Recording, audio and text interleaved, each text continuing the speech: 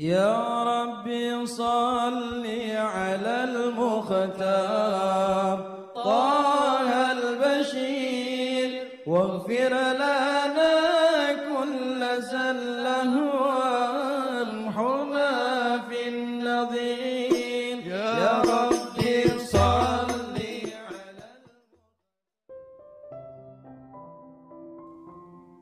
Bismillahirrahmanirrahim. Alhamdulillahi rabbil alamin.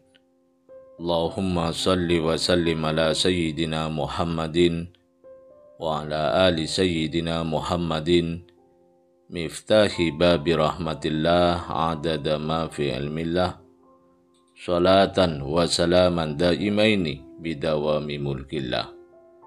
Assalamualaikum warahmatullahi wabarakatuh. Sahabat online yang dirahmati Allah, alhamdulillah kita bisa berjumpa kembali.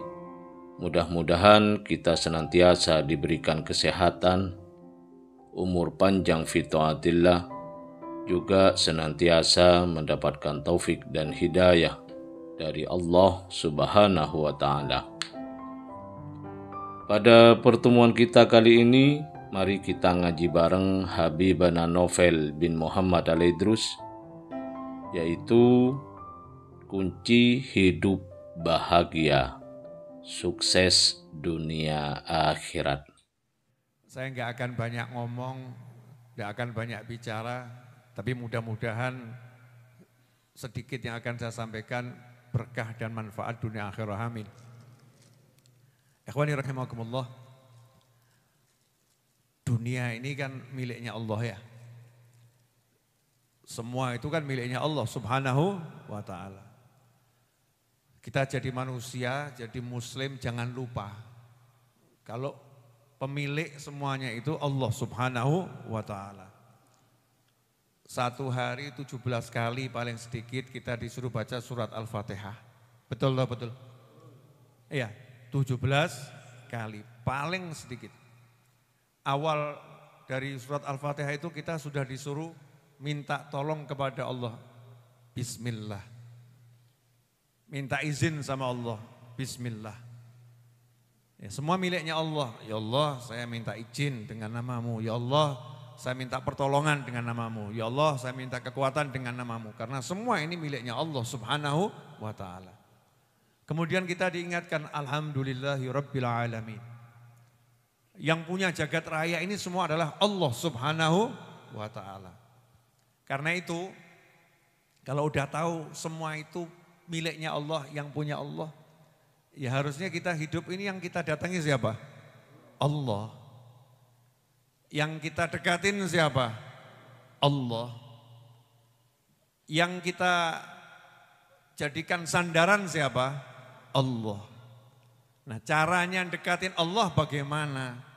Caranya datangin Allah bagaimana? Allah sudah kirim utusan. Ya, Allah sudah kirim utusan. Biar kita bisa dekat dengan Allah, dekatin utusannya. Biar kita bisa dekat dengan Allah, sayangi utusannya. Biar kita bisa dekat sama Allah, diterima oleh Allah Ta'ala, maka kita menjadi orang yang dicintai oleh utusannya. Dan kita khususnya mendapatkan utusan yang terbaik di jagat raya, yaitu Nabi Muhammad sallallahu alaihi wasallam. Jadi cara kita deketin Allah itu mudah. Ya, dekati siapa? Nabi Muhammad sallallahu alaihi wasallam. Nah, bagaimana cara mendekati Nabi Muhammad SAW? Di antaranya adalah mentautkan hati dengan bersolawat pada Nabi Muhammad SAW. Ya, mentautkan hati dengan bersolawat pada Nabi Muhammad Sallallahu Alaihi Wasallam. Yang Rasul mengatakan dalam berbagai hadis, berbagai riwayat, kalau ada orang itu yang mengucapkan salam pada Nabi Muhammad SAW, Allah mengembalikan ruhnya Nabi Muhammad SAW ke jasadnya Nabi Muhammad SAW. Kemudian Nabi menjawab salam itu secara langsung. Kemudian Rasul juga menyatakan, sholawatlah kalian kepadaku dimanapun kalian berada, karena sesungguhnya sholawat kalian sampai kepadaku. Dan kalau setiap kali ada orang sholawat sama Nabi Muhammad SAW, Allah bersolawat pada orang tersebut. Ya Allah bersolawat pada orang tersebut. Rasul juga menjawab salamnya, Rasul juga bersolawat kepadanya, mendoakannya, Allah bersolawat kepadanya. Artinya Allah melimpahkan rahmat, ampunan, karunia dan lain sebagainya.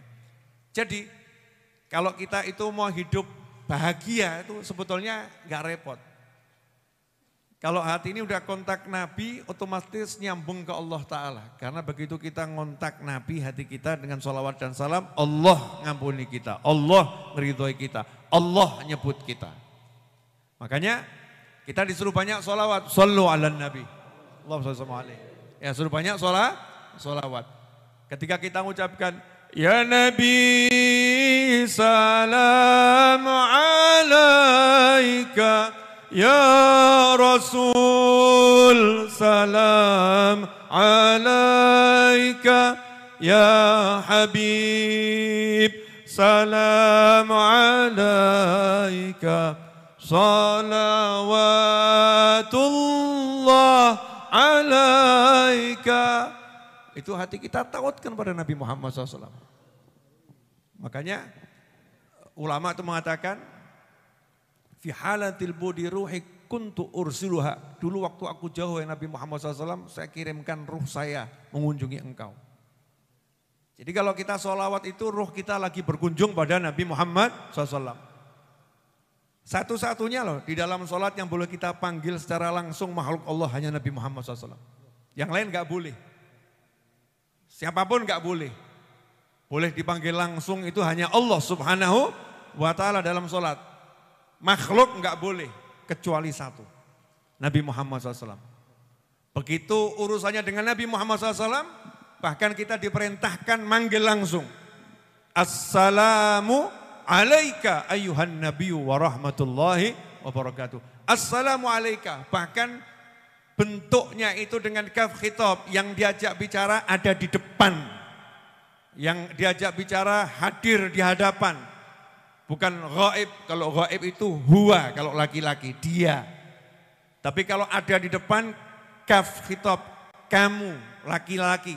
Assalamu alaika, artinya betul-betul berada di hadapan Nabi Muhammad SAW. Itu harus dirasakan seperti itu. Di dalam sholat saat kita berdua dengan Allah Ta'ala, enggak boleh mikir yang lain. Allah wajibkan kita di momen tertentu ketika atahiyat, sapa Nabi Muhammad SAW. Ini kalau kita pengen hidup kita bahagia, ya jalin hubungan dengan Nabi Muhammad SAW. Nanti itu ujung-ujungnya manusia ya, tidak usah pakai dijelaskan. Kalau nggak percaya silahkan masing-masing survei ke kuburan terdekat. Yang dulunya itu paling hebat di jagat raya dalam kekuasaan, namanya Fir'aun, ngaku Tuhan. Sampai hari ini nggak ada itu yang berani ngaku Tuhan, betul? Nggak ada toh? Yang berani ngaku Tuhan karena dia punya pasukan, dia punya prajurit, dia punya senjata, dia punya kekayaan, dia punya kerajaan. Fir'aun itu berani ngaku Tuhan, yang lain nggak berani sampai hari ini. Tapi nyatanya Fir'aun yang sedemikian rupa mati tenggelam dan sama Allah diabadikan buat contoh. Jasadnya itu diabadikan biar bisa dibuat contoh. Namrud, ya Qarun itu sampai sekarang kalau antum nemu harta di bawah tanah, disebut apa tuh? Harta Qarun. Punyanya Qarun itu, bukan punya kamu. Bukan punya saya. Sampai tahun 1400 sekian Hijriah, 2025 Masehi, kita di desa manapun nemu harta di bawah tanah, bahkan di dalam air laut disebut harta Qarun, harta karun. Pertanyaannya, Qarunnya hidup atau mati?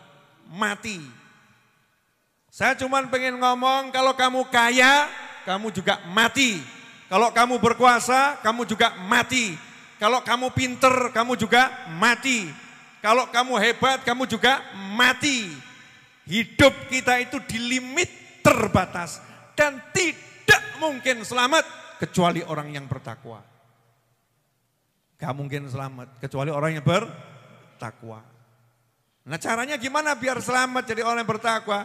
Hubungi Nabi Muhammad SAW. jalin ikatan batin dengan Nabi Muhammad SAW. Makanya paling sedikit di Masjid Ar-Raudhah setiap Kamis pagi ada maulid. Jumat Kliwon ada maulid. Ya, selain kita ta'allum wa ta'lim, kita juga siapkan waktu khusus menjalin hubungan dengan Nabi Muhammad SAW. Nah, ini perlu diajarkan ke keluarga. Ingatkan kalau pagi sholawat pada Nabi 10 kali. Sore sholawat pada Nabi 10 kali. Ingatkan terus tuh kita dan keluarga kita. Sholawat, nah, itu yang menyelamatkan. Wah, anehnya itu kalau urusan udah nabung belum diingatkan.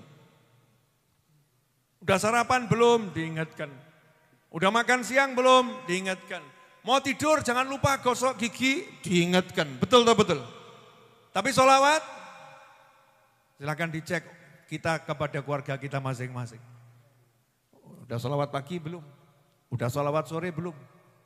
Udah istighfar belum hari ini? Udah sedekah belum hari ini? Yang ukhrawi begini ini udah jadi pola pikir kita belum? Jangan pernah kita merasa kecil hati dengan kondisi kita. Sejelek apapun kondisi fisik kita, ekonomi, paras, pangkat, kedudukan, maka kita akan menjadi mulia kalau bertakwa pada Allah Subhanahu wa ta'ala. Pakaian takwa itu yang terbaik. Nah, saya cuma mengingatkan diri saya dan antum semua yang ada di sini khususnya di Majelis Ar-Raudhah dan yang menyaksikan tayangan ini. Bahwasanya hidup kita dilimit dengan usia yang sedikit, 60-70 tahun. Umur saya udah 50 tahun Masehi, 51 tahun Hijriah. Ya, menurut rata-rata usia manusia 60-70 tahun. Jadi hidup saya ini kalau beruntung sampai 60 tinggal 9 tahun. Kalau sampai 70 masih ada 19 tahun, tinggal sedikit. Saya sadar diri sebentar lagi mati. Ya, sebentar lagi mati. Lah saya pengen ngajak antum juga sadar, sebentar lagi mati. Urip ojo neko-neko. Seperti kata supir truk di bak truk yang saya lihat, mengutip ucapan Gus Ikdam. Jangan mati-matian mencari sesuatu yang tidak dibawa mati. Itu kata supir truk ya. Gambarnya Gus Ikdam terus ada tulisannya gitu ya. Waktu saya nyopir ke Jakarta itu gede di depan. Jangan mati-matian mengejar sesuatu yang tidak akan kamu bawa mati. Jangan mati-matian mengejar sesuatu yang tidak akan kamu bawa mati. Tapi faktanya kita mati-matian mengejar sesuatu yang akan ditinggal ketika mati. Kok tegang semua kenapa ini? Membahas mati tegang semua. Ya walau tegang nggak tegang ya tetap mati. Tetap mati. Makanya saya biasakan ini ngomong begini terus ya, biar kita itu enggak lupa. Karena sekarang ini syaitan itu ya dengan bala tentaranya membuat kita lupa itu. Seakan-akan bakal hidup selama-lamanya di sini, di dunia ini. Padahal ya bar ngelayat tonggone, ya kan ya? Habis ngelayat tetangganya, ngelayat temennya. Yang umurnya 60 tahun tuh coba dicek, dibuat list daftar angkatan waktu SMA yang masih hidup berapa orang. Oh ini sudah meninggal. Loh kok tinggal 5 ya? Dari 45 orang kok cuma tinggal 5. Berarti ya sebariki aku. Sadar di diri, urutannya sudah deket. Nah, terus gimana caranya? Karena sadar hidupnya tinggal sedikit, yo ayo dinikmati. Maka saya belajar nikmati hidup. Yang menikmati hidup, asyik di rumah, majelis. Iya, ini kan nikmati hidup, duduk sama sahabat-sahabat, ya ngobrolkan akhirat, asyik hidup, makan kacang, telo, pisang goreng, halalan toyiban, menikmati hidup, duduknya sama orang-orang dicintai. Nah kadang ada orang yang ruwet, Masya Allah, oleh bengesan setengah jam. Padahal waktu mati nggak dibengesi. Hadir enggak orangnya? Waktu Wah, bengesan setengah jam. Perlunya buat apa? Keluar, ya keluar entek. Waktunya buat maca, Masya Allah, bedak, benges, rusak macam-macam. Ya teko wong. Entah di mana, setengah jam. Saya nggak ngomong boleh atau nggak boleh ya. Itu bukan ranah saya ngomong boleh atau nggak boleh. Itu ulama yang ahli hukum ya. Tapi saya cuma mau ngomong, buat apa hidup kita tuh dihabiskan buat, Masya Allah, bedaan, bengesan, germati. Orang itu. Muslimah nggak ada, mati dibedai. Muslimah nggak ada, mati dibengesi. Betul? Wah, para suami bahagia ini. Modus ini, lumayan. Nanti yang dengarkan ngirit pengeluaran benges berkurang. Cocok tuh katanya. Maksud saya apa Bu? Yuk ya kita mulai mikir, jangan pandai menghias wajah. Tapi enggak pandai menghias diri dengan amal solihah. Amal solihah, amal soleh. Bukan hanya pandai berdandan dengan pakaian. Tapi tidak pandai berdandan dengan salat malam. Dengan zikrullah, dengan qiraatul Quran. Dengan menutup aurat. Dengan amal-amal yang diperintahkan oleh Allah Ta'ala untuk keselamatan kita dunia akhirat. Siap berjam-jam di depan kamera untuk dandan, di depan kaca dandan, lihat wajahnya sendiri. Tapi apakah siap berjam-jam lihat mushaf Al-Quran? Apakah siap? Jadi kalau siap ya untuk member gitu ya. Oh saya kalau dandan setengah jam, kalau ngaji 10 jam, oh keren. Bagus. Dandan setengah jam, ngaji 1 menit. Nah ini kita harus ngecek diri kita sendiri ya Bu ya. Yang senyum-senyum itu tanda kalau aku banget itu ya. Ya. Tidak apa-apa, itu namanya kita sadar, oh ya saya seperti itu ya. Harusnya saya harus berubah. Bariki, Nabi bae 50 ya. Kita ya podo mbek aku 55. Berarti cepet aku. Ya. Misal begitu ya, introspeksi di diri. Nah itu pentingnya pengajian. Majelis ini kan dibuat untuk apa? Biar kita ingat kalau kita bakal kembali ke Allah Subhanahu wa Ta'ala. Nah kalau udah ingetannya ke situ, nggak akan urut urusan dunia. Ini harga beras naik, orang urus. Ini harga bensin naik, orang urus. Sing tak pikir no amalku, orang munggah aku tak urus. Kalau catatan kanan saya enggak nambah itu saya urus. Ya ini saya urus, maksudnya diurus dipikir betul. Karena kalau harga bensin naik, misal harga beras naik, mbok pikir ya tetap munggah. Tiwas kesel mikir ya tetap munggah. Luwe becek gak usah dipikir. Ada ya dimakan, enggak ada kita tetap makan. Wong Indonesia Raya itu alhamdulillah, kok alhamdulillah. Pengajian di Indonesia itu makmur. Orangnya dermawan-dermawan, betul? Jadi kalau di Indonesia itu kurang makan itu berarti kurang kumpul dengan tetangga dan sahabat. Ger nonggo insya Allah ngemplok. Betul ya? Nonggo itu mesti disuguhi. Indonesia. Di Indonesia kok kita takut gak bisa makan itu anehnya luar biasa. Dan di Indonesia ini alhamdulillah budaya mesem itu sudah menyebar di masyarakat. Walaupun sekarang setan anti mesem mulai juga menyebar di masyarakat. Mesemnya delok sik. Rasido. Mesem aja kok pilih-pilih gitu kan ya.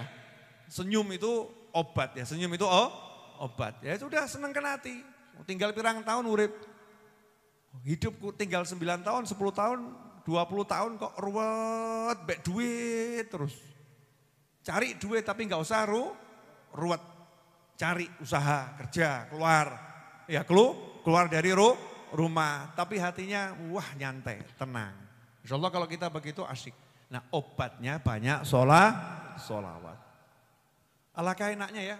Waktu dibisiki setan mumet, kita tagihan. Terus kita ngomong, Ya Rabbi salli ala Muhammad, Ya Rabbi salli alaihi wasallim 1 kali. Cus setan hilang kabeh. Jadi tenang. Wah istrinya nanya, Mas kok ramumet nih? Oh sholawat. Ya. Bertahan berapa menit? Ya 5 menit. Setannya balik meneh, tambah sholawat lah. lagi, 5 menit lagi. Kan tinggal dosisnya dinaikkan. Kan setiap orang kan beda-beda.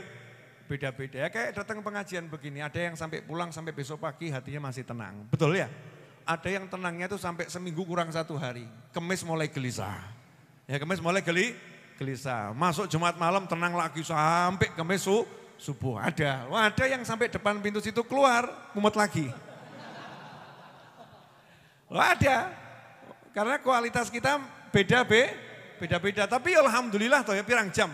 Berapa jam? Dari mulai tadi jam 8 sampai jam setengah 11 malam misalnya ya. Mumetnya 2 jam setengah hilang dan gratis orang bayar. Coba kalau kita datang ke kiai, datang ke habib, datang ke ustadz, datang ke syekh. Ya saya mau numpang hilangkan mumet. Oh bayar mas. Ya sak jam sekian $. Gitu. Repot atau enggak repot? Repot. Indonesia alhamdulillah banyak majelis ilmu. Masuk musola, langgar, majelis, duduk, sumpek hilang. Betul. Nah tinggal kita praktek. Yuk jadikan hati punya hubungan dengan Nabi Muhammad SAW dengan banyak sholawat. Saya cuma ngajak yang sederhana, sholawat pagi, sholawat sore 10 kali.